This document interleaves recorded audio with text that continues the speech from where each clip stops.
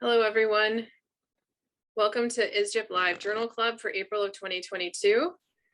My name is Natalie Benet. I'm your moderator today, and our theme today is sex cord-stromal tumors. So while people are joining the meeting, I will get some of the housekeeping issues out of the way. So first up, I'd like to talk about the upcoming events for ISGyP Live.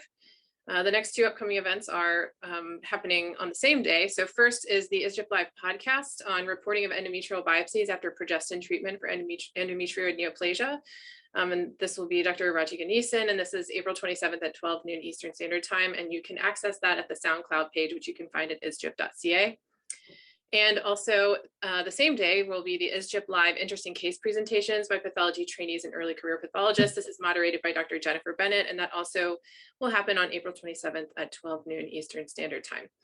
So you can register for all of the ISGyP Live events at isgyp.ca. You do not need to be a member of ISGyP to register for the events or to view the events live.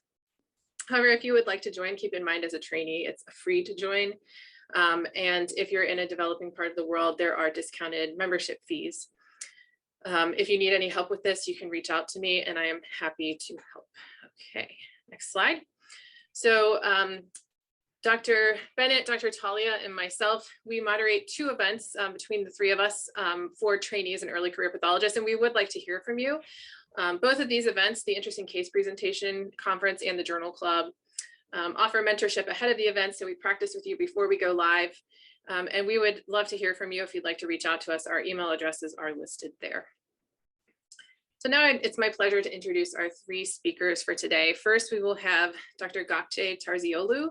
She is a fourth-year resident at, I'm going to do this correctly, Hacettepe University in Ankara, Turkey. And we have our second pathologist today is also from Turkey, Dr. Eylul. She is a histopathologist at the Council of Forensic Medicine in Istanbul, Turkey. And our third trainee today is Dr. Michael Mertz. He's the first trainee from my home institution. He's a second-year resident here at Cleveland Clinic, Pathology and Laboratory Medicine in Cleveland, and that's in the US. So this month's theme, as I've already mentioned, is sex cord-stromal tumors. So we have our three presenters. Dr. Terzioglu will be presenting an article titled Adult Type Granulosa Cell Tumor of the Ovary, a FOXL2 centric disease. Dr. Eylul will be presenting an article titled Integrated Analysis of Ovarian Juvenile Granulosa Cell Tumors Reveals Distinct Epigenetic Signatures and Recurrent TERT Rearrangements. And Dr. Michael Mertz will be presenting an article titled Cytologic Features of Sex Cord-Stromal Tumors in Women. So the learning objectives for Journal Club, I'll just go over them briefly. We do like to engage trainees into improving their scientific knowledge and to critically evaluate the literature. And we want to offer an opportunity for trainees and young members from all parts of the globe to volunteer, provide mentorship, and also to engage the future leaders of our field. This is an outline form of the PowerPoint presentation that I provide to all of the trainees to use in evaluating the article if you'd like to take a screenshot of it to follow along or just use in your daily practice. So the schedule for today, I've already started the intros, and first we'll hear from Dr. Terzioglu, and then from Dr. Gun, and then from Dr. Mertz, and then we'll have wrap up, questions, and discussion as needed. So now I will stop. Oh, no, one more thing. Pretty much everyone's familiar with Zoom by now, but just in case you're not, use the Q&A function at the bottom of your screen in that black bar to submit questions for the audience or for the presenters. And if you see a question you like, you can use the upvote button to let me know to prioritize it. If you just have things to tell me or tell the presenters, you can put that in the chat function. And now, without further ado, I will stop sharing my screen. And Dr. Terzioglu, you can start sharing yours. So let me get out of here. This back up. My Zoom is being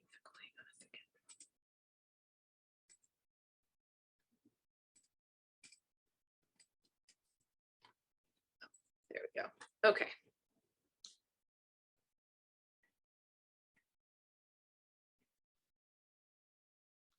Okay, so hi everyone. This is Gökçe Terzioglu from Turkey, and today I'm going to present this multi-center study adult type granulosa cell tumor of the ovary, a FOXL2 centric disease, which was published in the Journal of Pathology Clinical Research. The adult type granulosa cell tumor, which I'll call AGCT, is the most common type of malignant ovarian sex cord-stromal tumor. and a somatic missense mutation in the transcription factor FOXL2 was identified in over 95% of AGCTs. These tumors are usually diagnosed at an early stage and are treated with surgery, but 1/3 of AGCT patients relapse years after diagnosis, and unfortunately, there is no effective treatment other than surgery for this population. This study aims to identify genetic mutations besides FOXL2 that could explain the clinical diversity in this disease. So about the previous research on secondary mutations, 2 groups have studied TERT promoter mutations in AGCTs, and they both have found higher rates of mutations in recurrent tumors. Tillman and friends were first to identify KMT2D truncating mutations in AGCTs, and they suggested that these inactivating mutations may increase the risk of recurrence. The last 2 groups studied cell cycle-related genes in AGCTs, including TP53, TERT, MET12, and CDKN2A and B. In this study, whole genome sequencing was used on 10 AGCTs and their matched peripheral blood, and validation was performed using targeted sequencing on an independent cohort of 83 primary and recurrent AGCTs. For the exploratory whole genome sequencing, 10 fresh frozen AGCTs and their matched peripheral blood samples were obtained from All Care Tissue Bank from Canada. These cases were already previously published by another group, and all cases were positive for FOXL2 mutation. Both tumor tissue and peripheral blood samples were used to identify somatic alterations in each case. And there were 83 formalin-fixed paraffin-embedded AGCTs in the validation cohort, which were collected from different institutions. After DNA extraction, FOXL2 mutation was confirmed with a single nucleotide polymorphism genotyping assay. A custom amplicon-based panel, including 39 genes, was designed to sequence a larger validation cohort, and selected genes in this panel were the genes with frameshift, nonsense, or splice site mutations, the known cancer genes with single nucleotide variants, and the genes involved granulosa cell biology with SNVs. Then 2 different sequencing libraries were constructed per case. This is the validation cohort selection and case inclusion. First of all, FOXL2 mutation was confirmed in all cases by using an SNP genotyping assay, and 2 libraries were constructed for each case. Here at the first step, cases where 1 library construction failed were excluded, and cases with 2 successful libraries were sequenced, and the variants were called. At the second step, cases where FOXL2 mutation was not detected by targeted sequencing were excluded.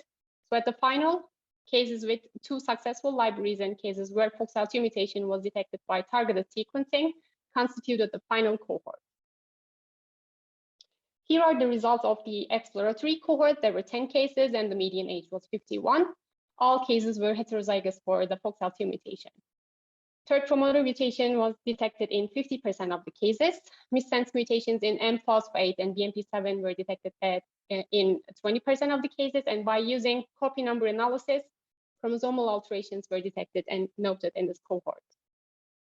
These are the results of the validation cohort. There were 61 primary and 22 recurrent tumors from Finland, USA, Germany, and the Netherlands. The median age was 52. FOXL2 mutation was detected both by an SNP genotyping assay and a targeted sequencing. 2 of the cases were found to be homozygous and the rest were heterozygous.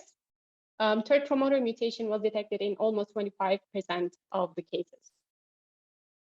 This is the oncoprint showing genetic alterations in AGCTs. Here you can see the FOXL2 mutation was detected in all of the cases. And the second most frequent mutation is KMT2D. There were 9 cases having inactivating mutations and 9 had missense mutations in KMT2D, which have not been reported before, so their relevance to AGCT development is unknown for now. The 3 putative driver mutations were FOXL2, TP53, and KDR, and other than these 3, there were splice site mutations, nonsense mutations, and mutations in cell cycle-related genes. Now I'll discuss the critical genes and mutations, and I'll start with TERT. So as I touched on in the introduction part, same group have studied TERT promoter mutations in AGCTs, found a higher rate of mutations in recurrent tumors, and concluded that these mutations occur later in tumorigenesis. Pilsworth and Alexiades had 7 and 5 patients who were initially wild type and then acquired the C228T mutation in their recurrent tumors. Other groups who have studied TERT promoter mutations in AGCTs have also come up with similar results, saying that these mutations are more frequent in recurrent tumors. So final word about TERT promoter mutations is that these are acquired during tumor progression after the initial FOXL2 driver mutation. The second one is KMT2D. The frequency of these inactivating mutations was almost 11% in this cohort, and there is no significant difference between primary and recurrent tumors.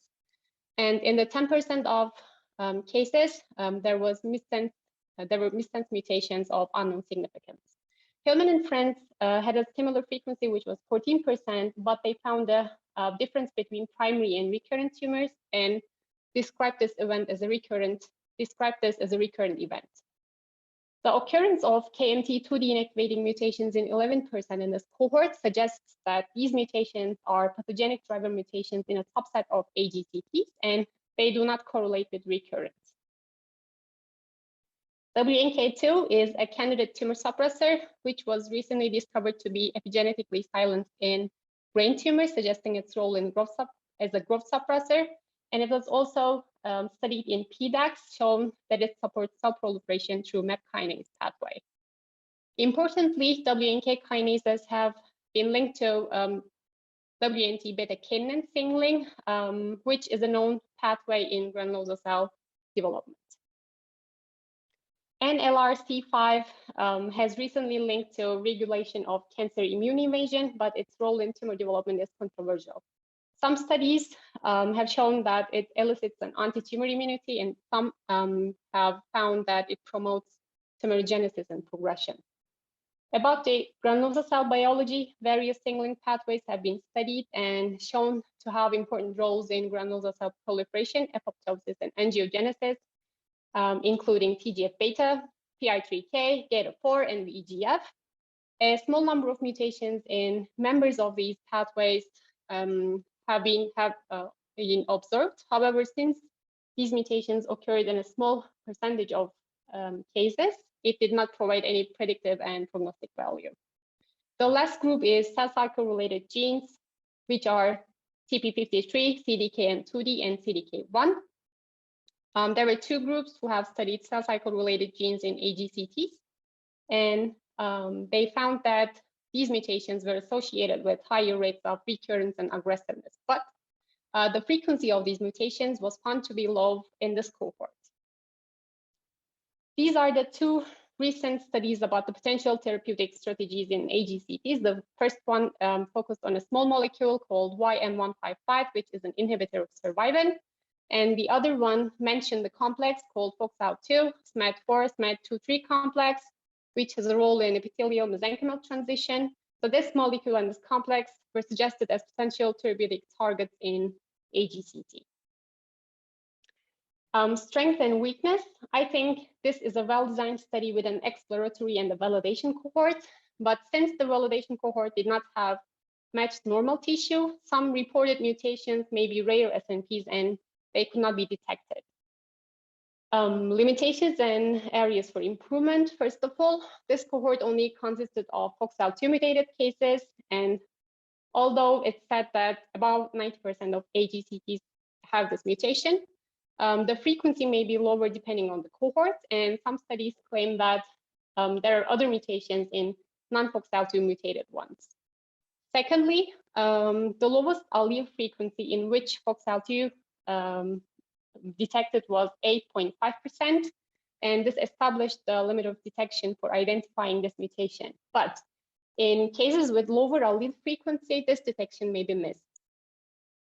Another point is that the targeted sequencing is very limited, focusing on only 39 genes, and although these genes were detected through whole genome sequencing data, that data based on only 10 cases. So it's possible that some important cancer genes that may be relevant were not tested. And in addition to that, 8 of 10 cases in the exploratory cohort were primary cases, which may make the gene list even less representative for the recurrent ones.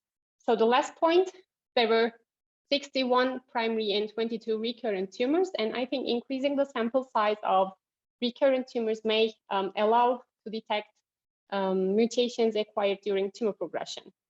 Finally, this study and others have not identified any common actionable features in AGCTs, but I think the results of these studies are important in risk stratification for patient management and for the development of therapeutic strategies. So that's all, and thank you for listening. Thank you so much, Dr. Terzioglu. That was really well done. Like I said in the beginning, this is a complicated topic, and it was a really extensive article with lots of different methods and findings, and you did an excellent job. Thank you. And we'd also like to thank Dr. Ordulu, who looked over your presentation. She couldn't be here today, but maybe she'll watch this recording. Thank you so much for your help from my perspective, and I know from Dr. Terzioglu's as well. So I think you did a great job summarizing the strengths and the weaknesses, and we can maybe get into some questions at the end, but in the interest of time, I think we're going to have Dr. Goon go ahead and start her presentation now.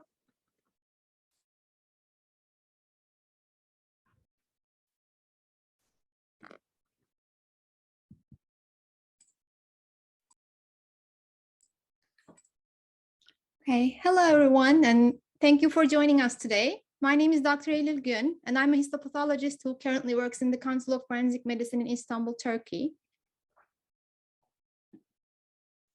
The article that I'm presenting today is called Integrated Analysis of Ovarian Juvenile Granulosa Cell Tumors Reveals Distinct Epigenetic Signatures and Recurrent TERT Rearrangements. And this article was written, I'm really sorry, this article was written by a team of researchers that are listed here.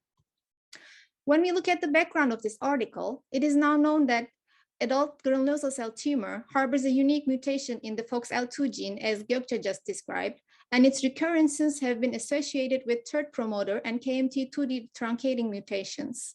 On the other hand, juvenile granulosa cell tumor is rare, and its molecular basis has not been elucidated. Juvenile granulosa cell tumors are known to be indolent. However, some may have aggressive clinical behavior and even be fatal. Therefore, new treatment methods are necessary for relapsed or refractory disease. Ovarian granulosa cell tumor is a rare type of sex cord-stromal tumor that accounts for approximately 2 to 5 of all ovarian neoplasms and is subcategorized into two as adult and juvenile, with the juvenile type having an incidence of less than 5%. However, as I mentioned previously, if advanced, they could have aggressive clinical courses and outcomes. The molecular foundation of juvenile type is yet to be extensively described. However, there are studies in the literature that report oncogenic AKT1 mutations and activating GNAS mutations. The differential diagnosis between AGCT and JGCT may be challenging, and DNA methylation profiling is suggested to be used as a diagnostic tool. The aim of this study was to investigate the genomic, transcriptomic, and epigenomic landscape of JGCTs and to comprehensively characterize the putative genomic alterations in JGCTs, which provide the identification of diagnostic adjuncts while making way for potential novel therapeutic strategies. When selecting the cases, 37 JGCTs and 10 AGCTs were retrieved from the archives of the Department of Pathology at NYU Langone Health and reviewed by 2 expert gynecologic pathologists. At the end, 31 confirmed cases of JGCT were included for molecular testing. The study included very comprehensive genetic tests, and I will try to emphasize them in this slide without going into too much detail. The researchers first performed DNA next-generation sequencing that targeted 580 cancer-related genes, and also targeted RNA NGS was performed for transcriptomic exploration. TERT rearrangements were detected by targeted RNA sequencing. Genome-wide DNA methylation analysis was used to identify the differentially methylated CpG probes between the 2 types of granulosa cell tumors, and heat maps were generated. The probes were then analyzed using the KEGG pathway analysis. KEGG stands for Kyoto Encyclopedia of Genes and Genome and is a Japanese genome mapping system. Lastly, gene expression analysis was also performed. There were 31 JGCTs from 28 patients, with a median age of 18 years. The majority of the patients presented with FIGO stage 1 disease. Clinical follow-up ranged from 1 to 144 months, and during this period, 4 patients developed recurrence and 2 of them died of the disease.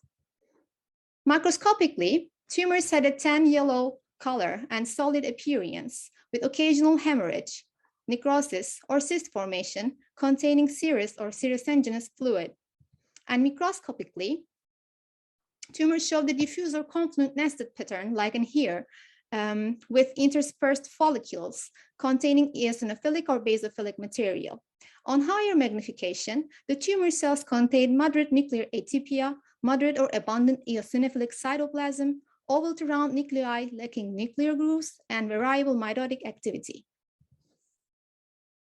A large number of genomic alterations were identified as the result of DNA NGS, which included single nucleotide variations, insertion or deletion bases, stop gain events, and frame shift mutations.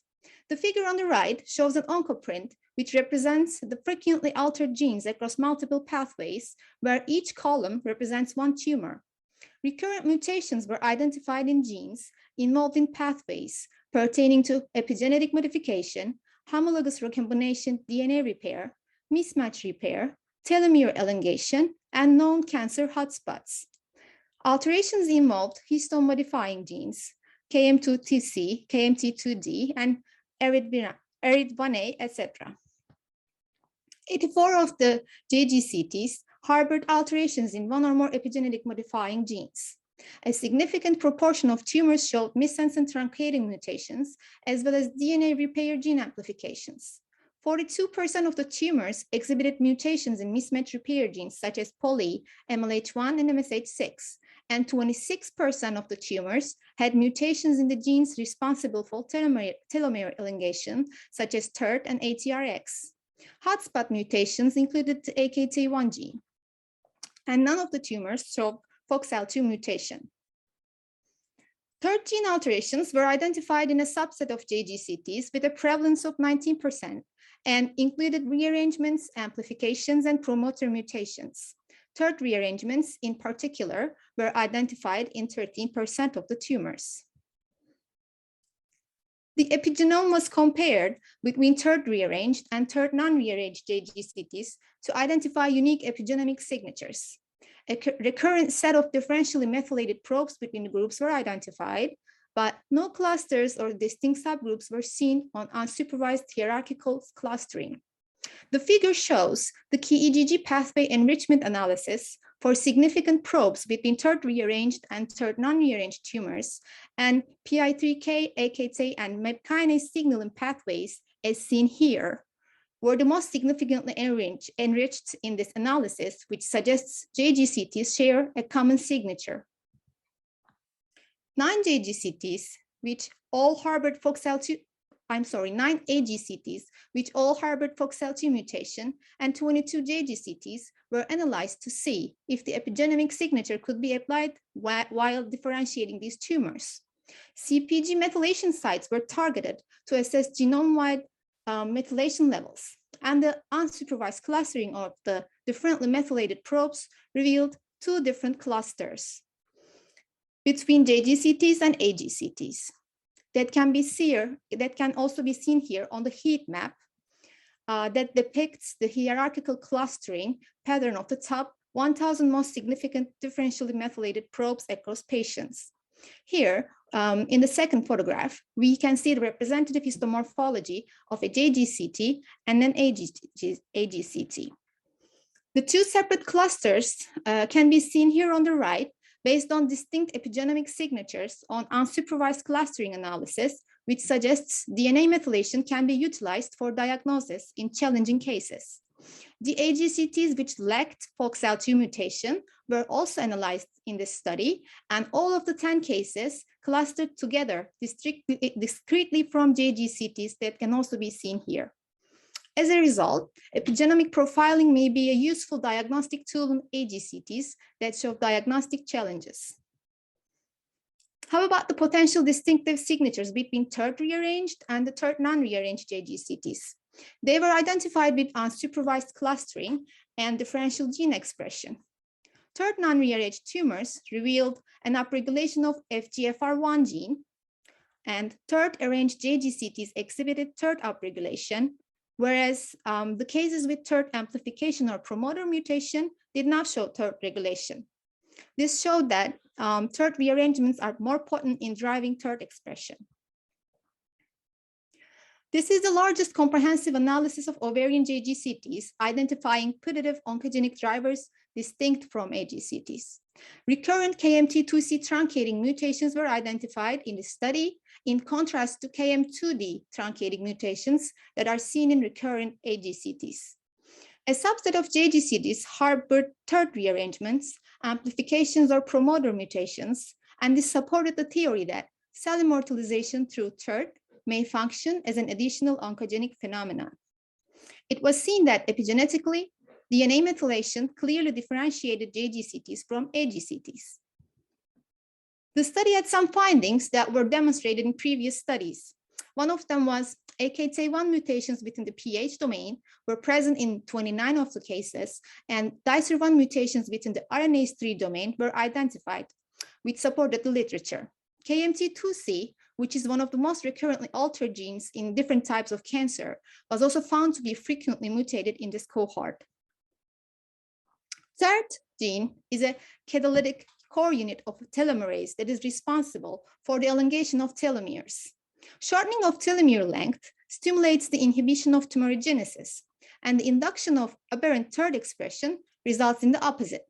TERT alterations were frequently detected in this study with a percentage of 19%. And among the recurrent JGCTs with TERT alterations, 4 of the cases presented with advanced disease and disease progression.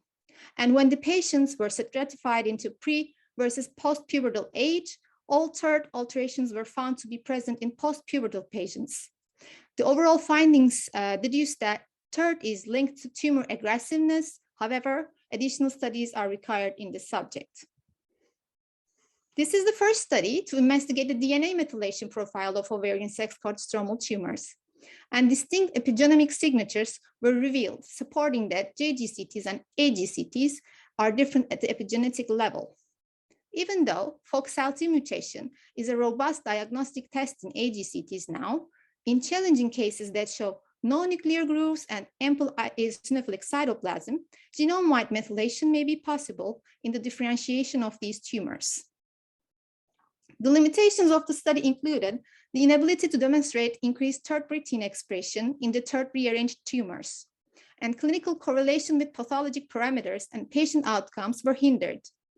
They were not able to perform targeted RNA NGS on all cases due to poor RNA quality, and also NGS copy number analysis for the AGCTs was not conducted due to limited genomic material.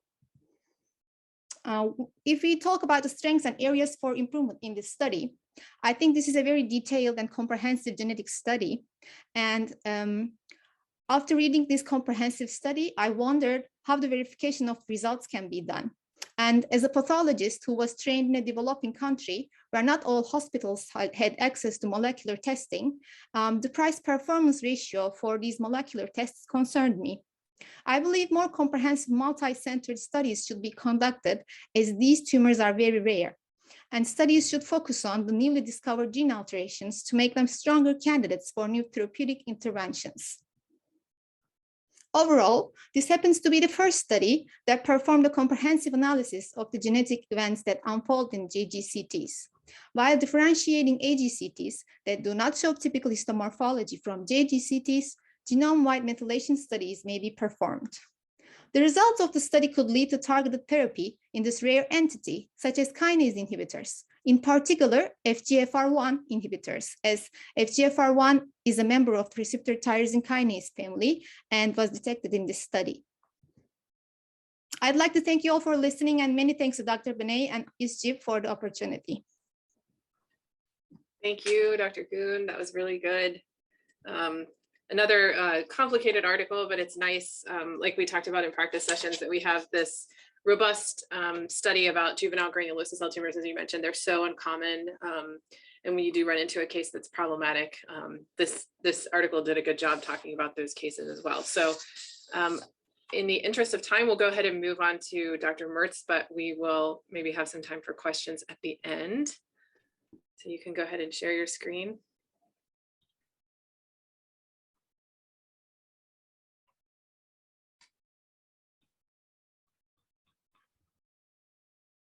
Thank you, everyone. My name is Michael Mertz. I'm a second-year resident at Cleveland Clinic main campus, and I'll be discussing cytologic features of sex cord-stromal tumors in women, presented by Lisa and Edmund et al. So a brief introduction, if we haven't already had the introduction. Basically, sex cord-stromal tumors arise from primitive sex cords and gonadal stroma. They're divided into 3 subgroups. In the article described, of the 3 subgroups, there was a few that were described. So we have the steroid cell tumor under the pure stromal tumors. We have the adult granulosa cell tumor described, juvenile granulosa cell tumor described, and underneath the subcategory of pure sex cord tumors. And we have the sertoli-lytic cell tumor under the mixed sex cord stromal tumors. Basically, the article goes into depth about the cytomorphologic features of these 4 particular sex cord stromal tumors. And it does a very good job at comparing adult granulosa cell tumors compared to the other 3. So I'll dive a little bit further into adult granulosa cell tumors. Basically, they're comprise 95% of all granulosa cell tumors. They are around 2% of all primary ovarian malignancies and 85% of all sex cord-stromal tumors. They occur in the postmenopausal state between the ages of, most typically between the ages of 50 and 55 years old.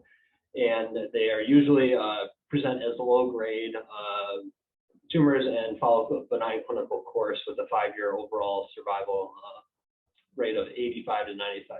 However, about 15 to 20% do go on to have recurrent disease with uncertain long-term prognosis. So as you can see in these photomicrographs at the top right, we have a cytospecimen showing rare longitudinal internuclear grooves, which are one of the hallmark cytologic features of adult granulosa cell tumors. On the 2 images on the bottom are different patterns of adult granulosa cell tumor. We have the gyroform pattern on the bottom left, and we have the microfollicular or rosette-like or calyxar body formation on the bottom right, with tumor cells encircling this eosinophilic hyaline material. And then just for comparison, on the upper left photo, we have a juvenile granulosa cell tumor with follicular differentiation, with eosinophilic secretions, luteinized, hyperchromatic tumor cells without nuclear grooves. So the main purpose of the study is the fact that given the propensity of adult granulosa cell tumors to recur in the abdominal cavity and metastasize to sites amenable to fine needle biopsy or fluid sampling, cytology can be particularly useful as a first-line diagnostic modality. And the study in particular does a very good job of describing the cytomorphologic features in a variety of sample types in a large cohort of adult granulosa cell tumors and comparing them to the other 3 that I described earlier on the first slide. So what they did was a retrospective study reviewing all MSK cytology cases from women with histologic diagnosis of sex cord-stromal tumors diagnosed between 2009 and 2020. There were 30 specimens in total from 24 females ranging in the ages of 7 to 90 years old. There were 25 specimens of adult granulosa cell tumors from 19 patients, 2 specimens of juvenile granulosa cell tumors from 2 patients, 2 specimens of sertoli-lytic cell tumors from 2 patients, and 1 steroid cell tumor case. Of the different types of specimens, there were a bunch of different types of specimens collected, such as fine needle biopsy, touch imprints and preparations, body fluids, brushings, and washings. Also, on a subset of the cases, there were immunostains and molecular data available. So to kind of go further into depth about the materials and methods of this study, as you can see on table 2, there are, of the 19 adult granulosa cell tumor patients, 12 of them presented with stage 1 disease. And then you can see on table 3, the most common preparation of these cytology specimens was a touch prepper imprint. And the most common site of these specimens were abdominal pelvic nodules. Other key findings in the materials and methods is that 23 of 25 specimens from the 17 of 19 adult granulosa cell tumor patients represented recurrent disease. And of those 17 patients with recurrent disease, they were at FIGO stage 1 or 2 at the time of initial diagnosis, and with a median age of 43 years old and a median time to first recurrence of 7.5 years. So going to the meat and potatoes of this study is the cytomorphologic features. So we'll start with adult granulosa cell tumors. Cytoarchitecturally, key findings are cohesive 3D cell groups, often presenting in streaming appearance, often having a streaming appearance of cells. There's also patterns such as the rosette-like or microfollicular structures composed of tumor cells, again rearranged around a pink hyaline-like material. There's also noted was fragments of metachromatic stroma and eosinophilic hyaline bodies. So just to carry over from that previous slide to see images of them, A, you can see the 3D cell groups. Within those 3D cell groups, and B, you can see the streaming effect of those tumor cells. In G, H, and I, you can all see the microfollicular collector body type formation with the tumor cells encircling that eosinophilic hyaline material. And then photomicrograph L, you can see the metachromatic stroma. A little bit more details about the cytomorphologic features of the individual tumor cells in adult granulosa cell tumor.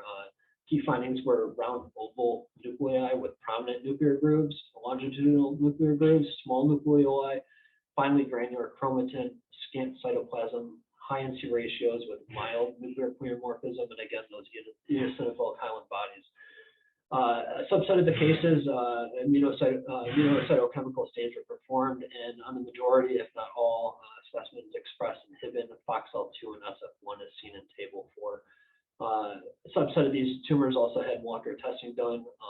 Of the 7 tumors that testing was performed on, all 7 had FOXL2 C134W mutation, and 6 of the 7 also had the TERT promoter mutation. So again, a couple more cytologic features of adult granulosa cell tumor. In A, you can see the longitudinal nuclear grooves with fine granular chromatin and a prominent small nucleoli. In E, you can see the hyaline, eosinophilic hyaline bodies, and H, you can see the expression of inhibin, and I, what they describe as in these tumors, the strong nuclear diffuse staining of FOXL2. Not specific to this particular tumor, but is a sensitive marker for sex cord-stromal tumors. Moving on to juvenile granulosa cell tumor, key findings are loose clusters of tumor cells that have intermediate NC ratios, moderate to marked nuclear pleomorphism, and coarsely granular chromatin. Immunocytochemistry showed expression of inhibin with FOXL2 and progesterone receptor. DNA sequencing on these 2 particular cases showed AKTI mutations and TP53 mutations. So again, cytologically, in juvenile granulosa cell tumors, you can see these small loose clusters that, as in seen in A, with moderate nuclear pleomorphism, intermediate NC ratios, coarse granular chromatin pattern. And then in G, you can see the expression of inhibin again. H, you can see the strong diffuse nuclear staining of FOXL2. And K, you can see the progesterone receptor expressed. Moving on to what they found for sertoliolytic cell tumor. The main key features, again, cytoarchitecturally, are loose clusters with tumor cells showing intermediate to high NC ratios, moderate nuclear pleomorphism, coarse chromatin, and granular to vacuolated cytoplasm. So what they, and going back to the slide, they did not, on the 2 cases of sertoliolytic cell tumor, no molecular or stains were performed. Sertoliolytic cell tumor cytology, A, you can see the moderate to marked nuclear pleomorphism of these tumor cells arranged in small loose clusters with this vacuolated cytoplasm.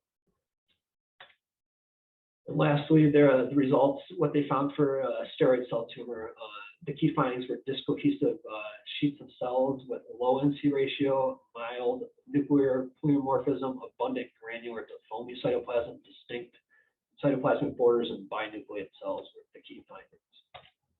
So again, for steroid cell tumor, what we see are these dispersed sheets of tumor cells that have well-defined cytoplasmic borders at A. You can see that foamy to granular-like cytoplasm with very mild nuclear polymorphism and a very low NC ratio. B, you can see some of the tumor cells presenting with binucleation. So to kind of summarize their results and comparing it with previous case reports and series, they identified distinct cytologic features highly suggestive of adult granulosa cell tumors, such as the 3D streaming appearance of the tumor cells, microfollicular rosette-like structures, eosinophilic hyaline globules, and longitudinal nuclear grooves. While these cytologic features are highly suggestive of adult granulosa cell tumor, many times the definitive diagnosis often required clinical correlation, immunochemical stains, and molecular analysis. And what they also found, adult granulosa cell tumors expressed inhibin A, SF1, calrenin, and FOXL2. And while these markers are very sensitive markers for adult granulosa cell tumors and other sex-cord stromal tumors, they're not very specific in distinguishing adult granulosa cell tumors from other sex-cord stromal tumors. So to make a more definitive diagnosis of adult granulosa cell tumor, FOXL2 mutation is, obtaining a FOXL2 mutation is very highly specific for adult granulosa cell tumor. What they found was about all 7 of 7 cases that were had molecular testing showed the FOXL2 mutation. Previous studies have shown between 70 and 100% of all adult granulosa cell tumors show this FOXL2 C134W mutation. So strengths of this article and study were obviously the cytomorphologic and ancillary testings of the description of those sex-cord stromal tumors and comparing them with other variations of sex-cord stromal tumors. Did a very good job of comparing the features with previous studies to make a proposed highly distinctive features of adult granulosa cell tumors. And it did a good job of describing sort of cytomorphologic findings associated with particular specimens and particular preparations used. Areas of improvement, obviously, sex-cord stromal tumors are a diverse group of neoplasms, and they're quite rare, and only a handful are described in this particular article. So could there be further overlap with adult granulosa cell tumors and other subtypes of sex-cord stromal tumors? That could be a future study done. Further applications and things to, I guess, work upon and study off of this particular article is to see how many actual specimens were required before an adequate fine needle biopsy or fluid sample is obtained for diagnosis, and see if this is actually a good first-line modality and if it's an efficient method of making an interpretation of a sex-cord stromal tumor or adult granulosa cell tumor. And then, obviously, given the rarity of these sex-cord stromal tumors, I would think even experienced cytopathologists may find a difficult time for interpretation. So I guess the question going forward is, what is the true utility of cytology as a first-line diagnostic modality? And in conclusion, the key findings for adult granulosa cell tumors are the 3-dimensional cell groups with streaming effect, rosette formation or microfollicular formation, high NC ratios, and longitudinal nuclear grooves. Staining-wise, nothing's very specific, but there are sensitive markers for sex-cord stromal tumors such as SF1, inhibin A, calrenin, FOXL2, and then something that is very specific toward the adult granulosa cell tumor is the FOXL2 mutation. And seeing the other sex-cord stromal tumors, just for comparison, the other types showed rare or absent rosettes, rare or absent longitudinal nuclear grooves. They often have lower NC ratios, worse nuclear pleomorphism, and porous chromatin. So with that, I thank you for tuning in, and I believe we'll get into our question portion. Thank you, Dr. Mertz. You know, this month I sent out, just as a behind the scenes peek, more articles than we had presenters. And so everyone got to choose their article, and Dr. Mertz chose this article. So near and dear to my heart, obviously, cytopathology. And I do think it's interesting, like you said, that most of the cases in this study, are pretty much all of them, were touch preps.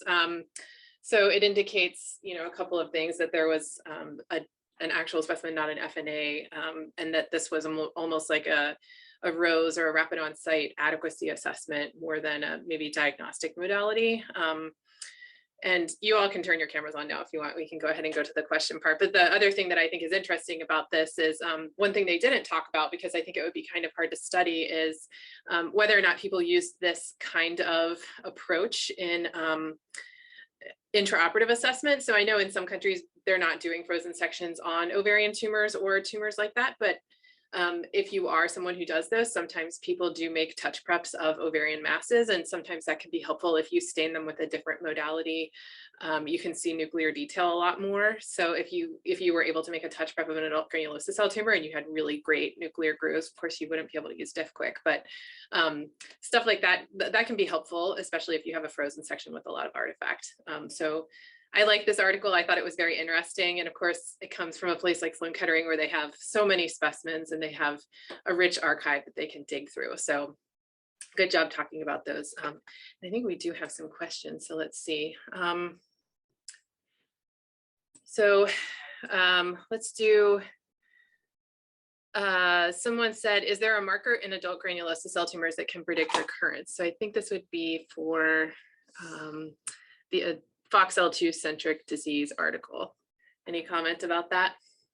Yeah, unfortunately, there is not a marker that predicts the recurrence. Yeah, that was kind of, I think it seems like that's one of the things they were trying to do, right? They were trying to find out if there was something they could use to predict, because I think that's one of the really frustrating things about adult granulosa cell tumors is that they can be very indolent, or they can progress, and it can be up to, 20 plus years later. So, I was thinking about that today, because the difference between an adult and a juvenile granulosa cell tumor, which is sort of like, Dr. Gun and Dr. Terzioglu's articles, is maybe the follow-up needed, right? Because if something is going to happen with a juvenile granulosa cell tumor, it doesn't usually take 20 years to happen, right? So you might have like different follow-up. And so it's a really good idea to try to figure out between those two. But what does follow-up look like at year 19? Like, what are they doing for those people? I can't imagine they're doing CT scans like every 6 months for 20 years. That doesn't seem, practical. So yeah, it would have been nice, but I think with more detailed molecular methods, maybe one day we will figure that out. Who knows? And then there's another article from Dr. Parharan. Hi, Carlos. For you, Dr. Mertz, do you know if the authors reviewed the cytologic material blindly with respect to the final diagnosis, histologic diagnosis, and immunohistochemistry, especially in cases with recurrence and known history? Don't quote me on it, but I believe in the materials and methods, they didn't bring up how they actually reviewed the cases. I don't think they did either. And I think that they searched by diagnosis, and I don't think they commented on whether or not it was blinded. But that would be another interesting study to see if you could tell the difference between these. It would be hard to do with this material because the overwhelming number, they were almost all adult granulosa cell tumors. I think weren't there 3 juvenile ones, something like that, but they were almost all adult. So I think we would have to perhaps involve more institutions to get a significant number of juvenile granulosa cell tumors with cytologic preparations. I think that's going to be a pretty tiny number. Oh, the other thing that's very interesting about granulosa cell tumors is that they recur in places where you can do core needle biopsies, right? They recur in odd places like liver and stuff. So that's a place where people are going with, guided needle biopsies and things like that more often than maybe blindly just going into the abdomen. But anyway, okay. And then just as a wrap-up question, I'd like to hear from all of you. We can start with Dr. Terzioglu. What was your #1 takeaway point from your article? What's the thing you learned from yours that you'll maybe carry with you into your practice?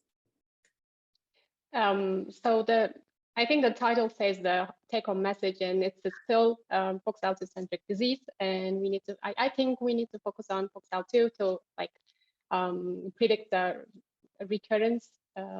So unfortunately, there is no markers, immunohistochemical markers, or molecular markers, or genes or mutations that can predict the recurrence in these tumors. So maybe it's focusing on it as a diagnostic tool for now, and then I'm sure people are working hard at figuring out that other piece. Good point. So what about you, Dr. Goon? Same question.